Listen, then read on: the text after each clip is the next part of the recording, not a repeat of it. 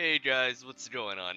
It's me, Astor here, and today, we're back in the EU4, the Basilea Rhomaion, or the Roman Empire. Essentially, no one can dispute at this point that we're the Roman Empire.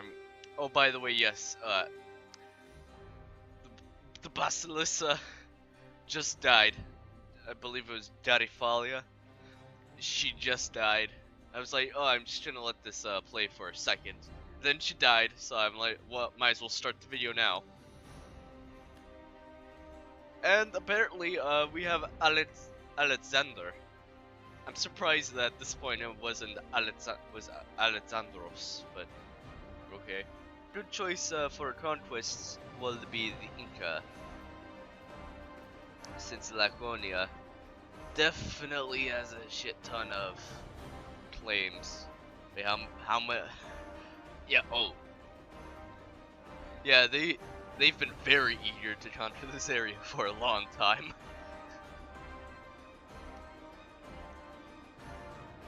Oh yeah. Yeah, and don't worry, I'm gonna feed your hunger for land.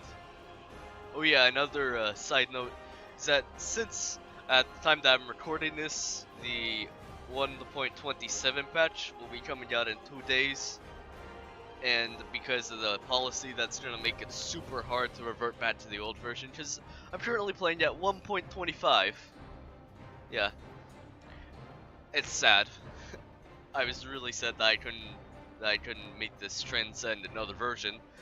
So I'm gonna have to try and finish this game in one episode. So essentially, it's gonna be the finale for the Europa Universalis section of the series. Now I know, whenever I said that this wasn't the Dharma update, it might have been a pretty bit surprise to you, because England looks like it's been doing some work. Oh fuck! Look at that. Oh, I shouldn't do a conquest. I should do an imperialism, because I get 3/4 the aggressive expansion, stole all the prestige, and only 3/4 the cost. Well then, what the fuck am I waiting for? Let's get this going. I gotta admit, I really love these units from Zangelo's one. I really like how it's almost like that there's plumage on the hats. You know, there's not really much on over here, but if you go into Asia, well then that's definitely one of my more favorite ones. I also really love this one, how it's supposed to essentially be exactly plumage. Of course, it's all supposed to be, and I like that nice reference as how it's like combining old Roman plumage and combining it with the new, almost colonial Victorian-esque style soldiers, and I think that is a really good combination. I feel like that if the Eastern Roman Empire survived until the modern day, I feel like that during this period of time, that's what their soldiers would probably look like. We have managed to produce a very legitimate document, which shows we have a historical claim to this Canton. Wait a second. So you're telling me that apparently the Greco-Romans now have an official claim on land in China? Nani? Oh shit, Navarre has revolutionaries. The revolution is here. We got revolutionary Navarre. And for some reason, their flag looks like the Russian/Serbian flag if you just turn it sideways. That's what it looks like. Well, if you changed out the color a little bit from a good red to like this putrid brownish red. I don't understand why these colors are even the flag of Navarre.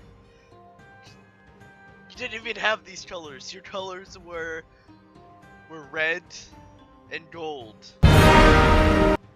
But it's time for me to actually read the event here. The growing revolutionary activity in their country has caused the collapse of the regime. The revolutionary masses stormed the major prison in their capital, and this sent a shockwave throughout the government. The offer to form a new, slightly more constitutional monarchy was initially accepted, but then the old corrupt monarchs just couldn't quite resist the urge to try and bring their good old days back. We were left with no choice but to limit the old king's ability to influence our government by removing his head, although die-hard monarchists were convinced that the king would soon grow another one. This was not the case. Now a purely temporary committee of public safety has been appointed which includes the leaders of the initial revolution and the over-ambitious general, our regime's over-ambitious general. I wonder who could that be? Napoleon. I just figured out that revolutionary Navarre has become a revolutionary empire, and guess what? Fucking Robert Monio, which now de Portugal, he's this world's Napoleon, and at this point, Navarre, just rename yourself to Portugal. I mean, for God's sakes, your capital's in Portugal. Your ruler your emperor's name is de Portugal. Your culture is Portuguese. But I find it funny that it. Oh, there.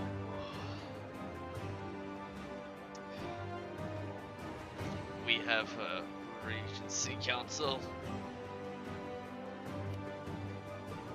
Oh, never mind. It's fine. Alexander is only 13. Okay, never mind. That's fine, I guess. 13 versus 223 ships. Boy, I wonder who's gonna win that. Would you look at that? The revolution has been, crushed. Oh yeah, and, Castile took... well, a little bit of Leon, but Castile and Leon took all their land in Iberia except for these two provinces, so, good luck. Just apparently having your capital in Normandy, not even the province of Normandy, just Cotentin, which is actually Portuguese. This world is, great. It's fucking great, I'm telling you.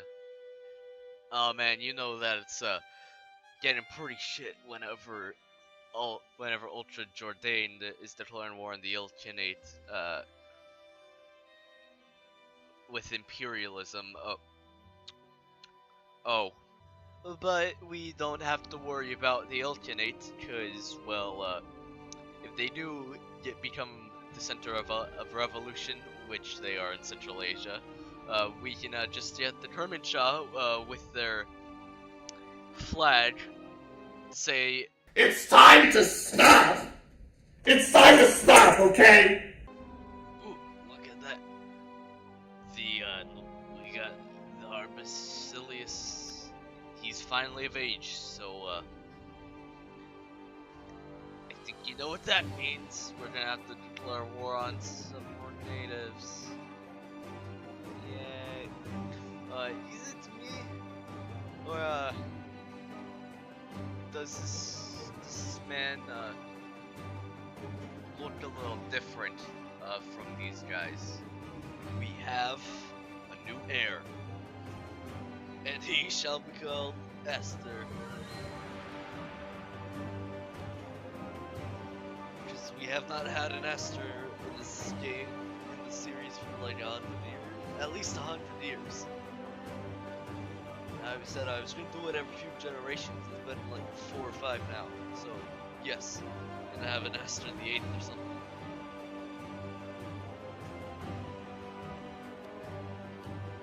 Yeah. Oh, you are calling France. You are calling me into a war against People's States and Provence. might as well go ahead and grab some of that land. I got a lot of land. Our truce with the Inca have officially ended. So I think you guys know what this means. We're going back on another conquest spree. Yeah. So let's do it. Sire, the herald doesn't even attempt to hide his excitement. Great news! A son of our family is next in line in the Volhynian throne. Oh, that's cool. We already have 3 nations so far, so we're gonna get a 4th. As of right now, I think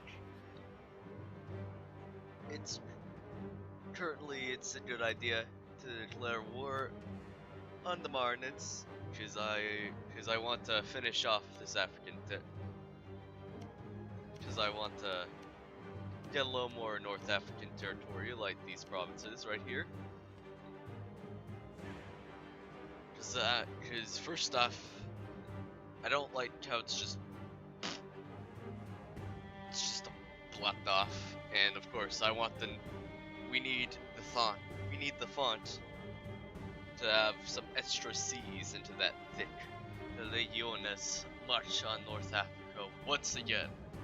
Besides, you Brits have been raiding my coast for half of the game, and I say no more. Just please stop doing that. There's no reason for you to do that, okay? Stop! This right here is what I will take. Sure, it'll give me some aggressive expansion, but that is fine.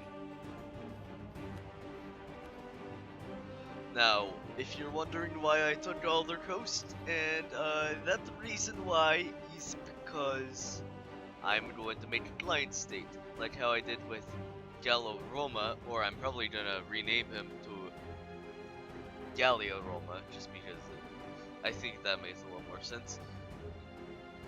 Same idea, but we're going to make a client state over here, Orazia Roma. Orazia, like as in just the Moors, yeah.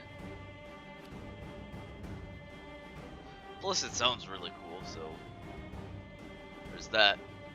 And of course I gave it the flag, kinda similar how I did to a Yellow Roma. Wow, Mongolia, you're getting so huge. You're taking over all of East Siberia. Give Udra a chance. Oh, come on. Come on. Really? Really? Really? Oh yeah, I did not mention the fact that now we are at war with Poland in Below Zero, because Elysia Volhynia declared war on Below Zero and Poland warned them. So now it's an opportunity for me to gain a client state up here. Plus, kick Poland down a size, because look, it either form Poland-Lithuania or don't. You can't just go around You can't just go around the Belarus area. It's just disgusting. Oh yeah, I really love how Osagi still has a medium war enthusiasm. It's like, yeah, 90% of our land has been conquered and we have no troops, but we can surely win this war. The native nations in North America now are pretty much gone, except for Sagui, which I wasn't able to take these 2 provinces. Yeah. Very disappointing. With that current peace deal, Poland looks a lot better. The bad news is they've been cut into thirds. I see tea imports are increasing. within the empire.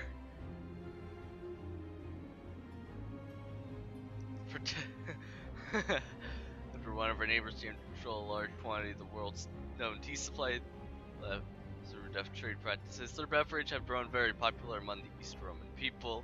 Protectionist politicians are now questioning whether such imports of luxury goods benefit the Roman Empire, arguing that growing dependence on a good which our neighbors control weakens our economic position.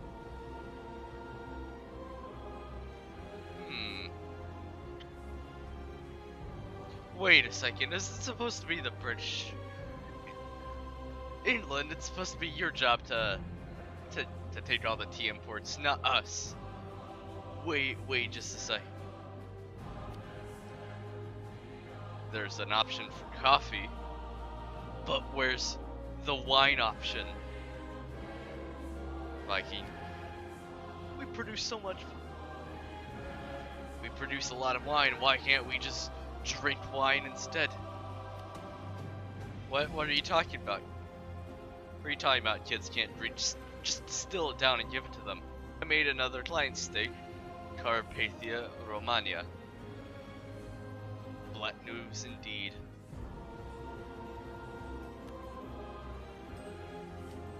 Alexandros II has died, and on the month of Augustus, the 22nd of 1820, Astor VIII Janus, or I could say Toniorgios, is now ruling this glorious nation. And I was right, it is Astor VIII, so that's neat. He also died at the month of Augustus, which is, or should I say, he's from Basilea during the month of Augustus, so I think that's also pretty cool. I guess we're gonna have to see, after the death of a great Basileus of Conquest that conquered multiple territories, rather establishing the client states of Roma, Russia Rhomaion, Carpathia Romania, Eurasia Roma, and making multiple colonial conquests. I guess in Victoria too, we'll have to possibly see how he'll fare and how he'll change the game. How will he affect this empire? That is the question. The game has reached the 3rd of January 1821, and therefore this playthrough is now finished. This is what we've been able to conquer so far.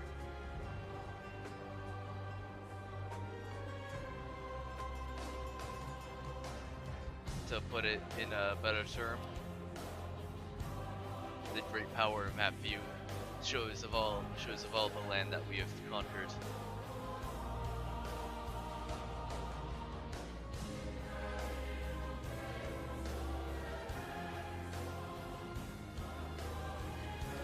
Now, it's time for me to show you guys the religion view, or the religious view. Orthodoxy is, without me having to look at a ledger, probably the largest religion, I would only presume. It's taken control of pretty much almost all of the Americas. It's essentially covered the entirety of the Levant, most of Anatolia, except for those times with those events. Has secured itself over the Balkans and North Africa. Has taken a giant hold in Italia. Actually, I was converting to province before it got finished, before the game ended.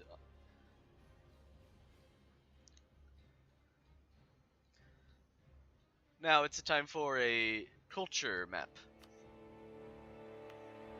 Now the Greek culture is very widespread. Near the end of the game, like since this video, I've been trying to convert a lot of provinces to the Greek culture. to make the game easier and to have a lot less revolts. And of course, I've converted a lot of provinces to Italian as well. Of course, in the Libya, Tunisia area. I wanted to convert them over here, but it just wasn't letting me because of separatism. So that was unfortunate. And then of course, the Greeks have become the majority culture in the Americas. And then of course the Iberians. And then with the French, yeah. A little disappointing actually. And the English, they did have Canada, but that was Ireland, and yeah, we all know exactly what happened to that.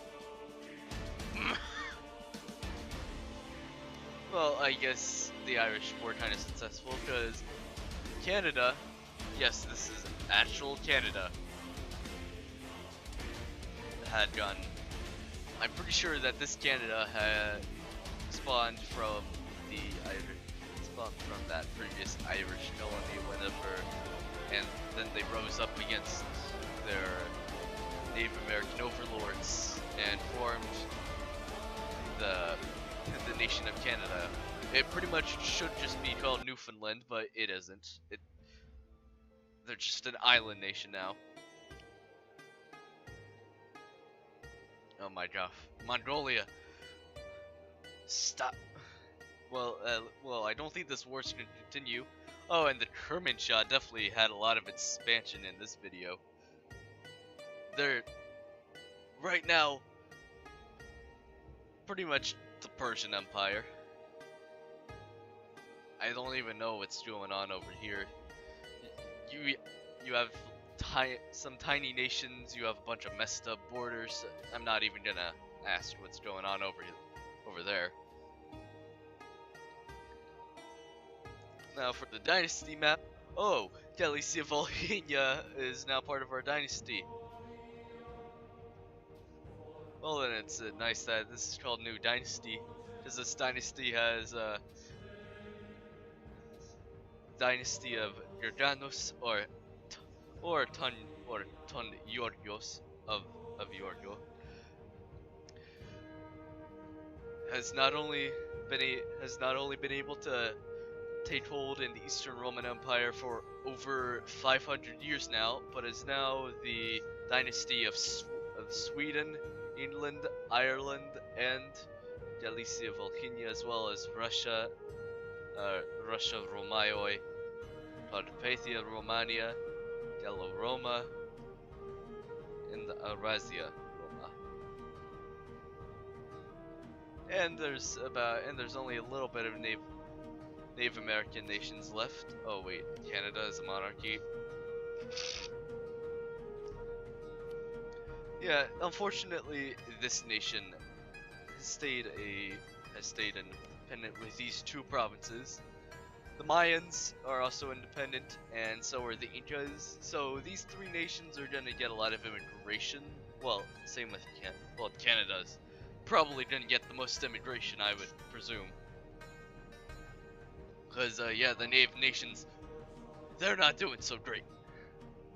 Well, meanwhile, Canada is one of the most peaceful places in the world. Probably hasn't even fought a war in 200 years.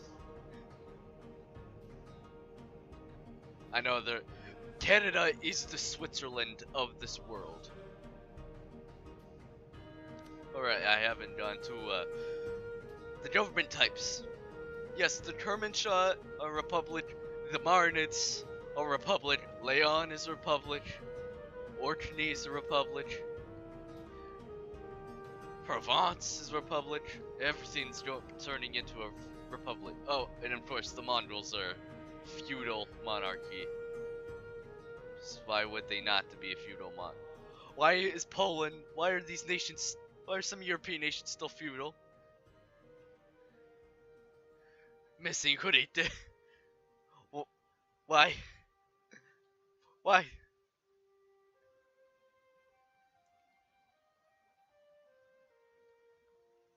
I did briefly look at the Great Powers map mode, but it's not. Oh, the Kermanshaw are now a great power. I did not notice that. I did not notice that the Kermanshaw have risen the great power status, but it does make sense. Well, yeah. The unfortunate part is that there's only 3 nations from Europe that are great powers, but then again, that's probably because,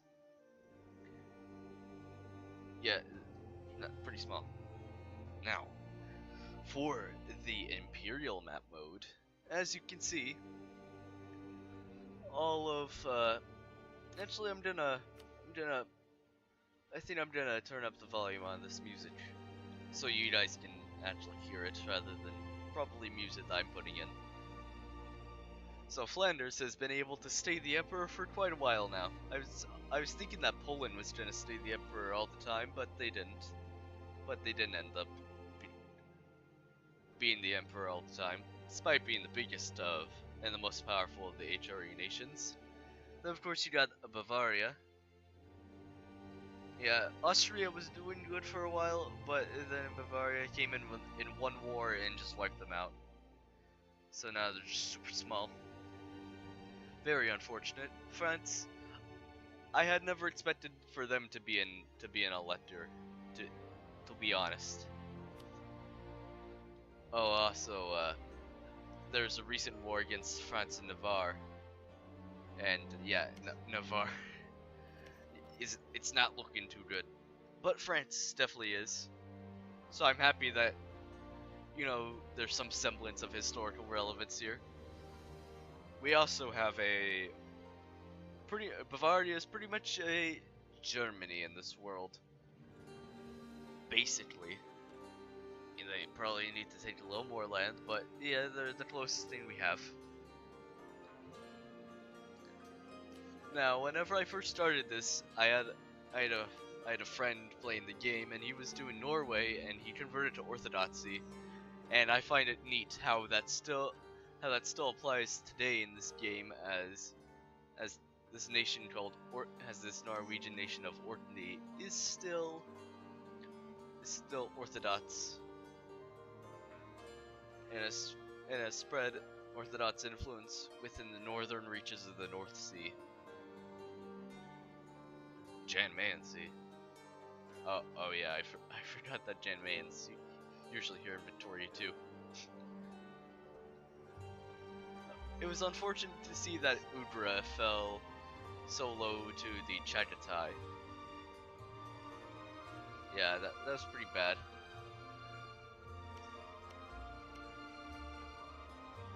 The Russia area never really consolidated with a great power. Yeah, at least in Volhynia was starting to do that, but then they just ended up falling, and then I had to slowly rebuild them back up with my alliances and wars and stuff.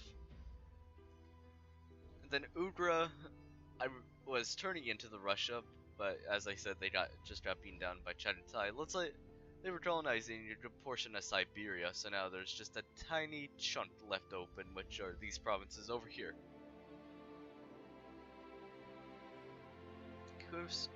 I remember there being a Theodoro over here. Oh, they died.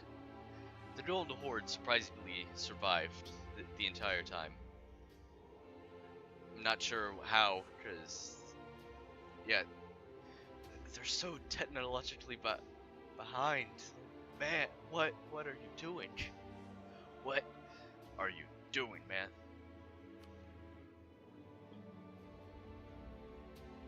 But anyways, I've rambled on for quite a while. So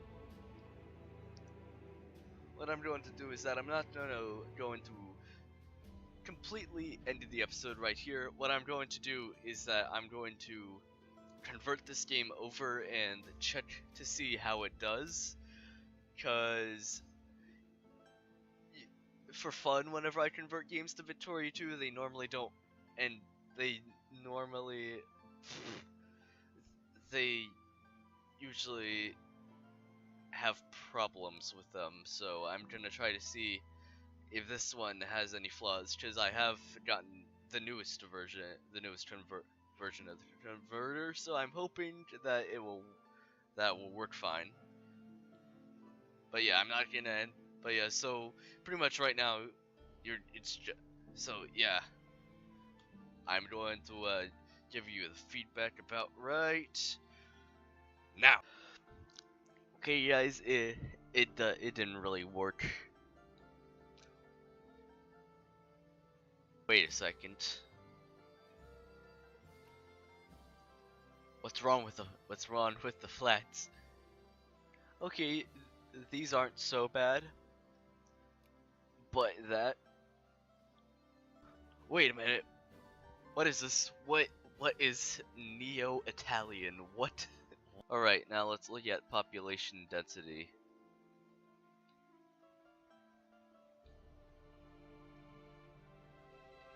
Wait a minute. What? What?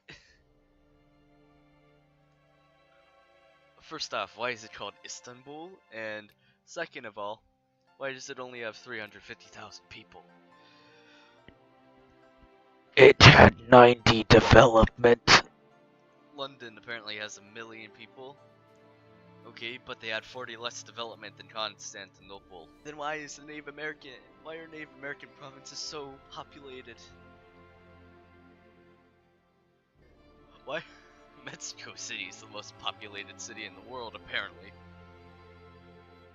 Again, like 40 development compared to 90 development. Now, showing you guys that what that's gonna mean. Oh, by the way, yes, Constantinople does have 90 development. Thank you, dynamic population mod. Because Constantinople truly is great. City of the world's desire. Rome also has 62 development. But besides the point,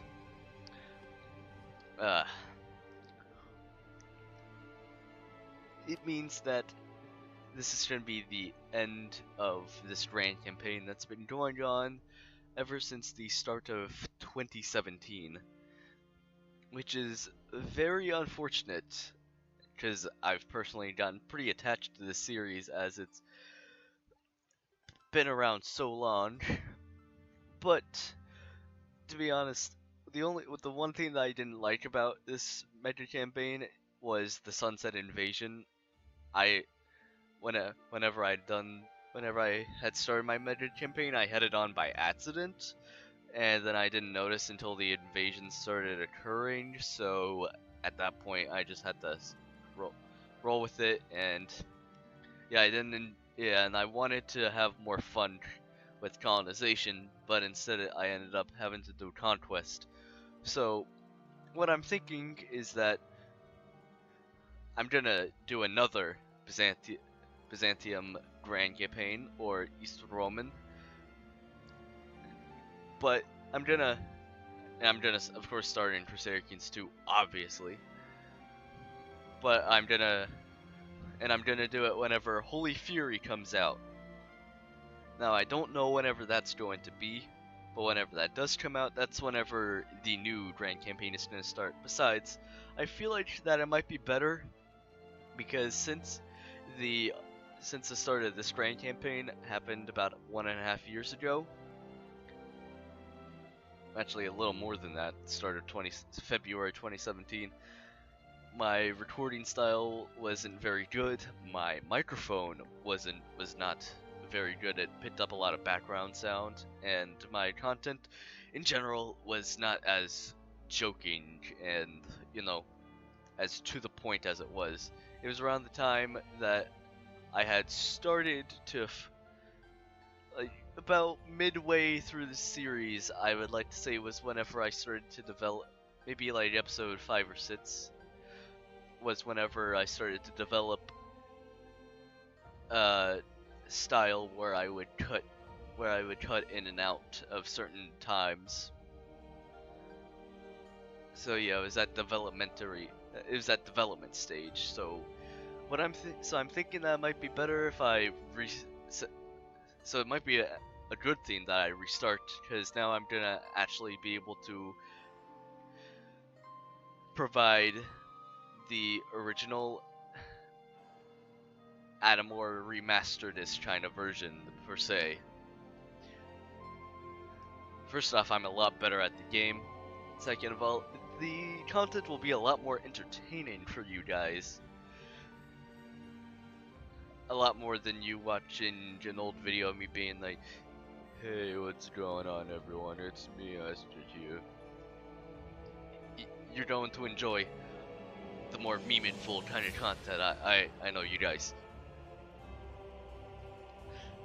So yeah, this is the end of this mega campaign. But as I said, as soon as Holy Fury comes out, get ready for a new mega campaign. And hopefully by then,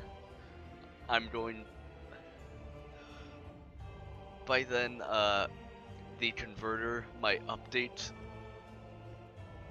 to where it will actually work. Of course, I'm gonna have to convert the game probably to 1.27. So, yeah, but yeah, it's gonna be updated by that point. At least I hope so, anyways. So, hope you guys enjoyed this series, and if you did, leave a like, comment down below, and of course subscribe, because as I said, another one's coming, and I will be seeing you guys in the next video. Bye bye.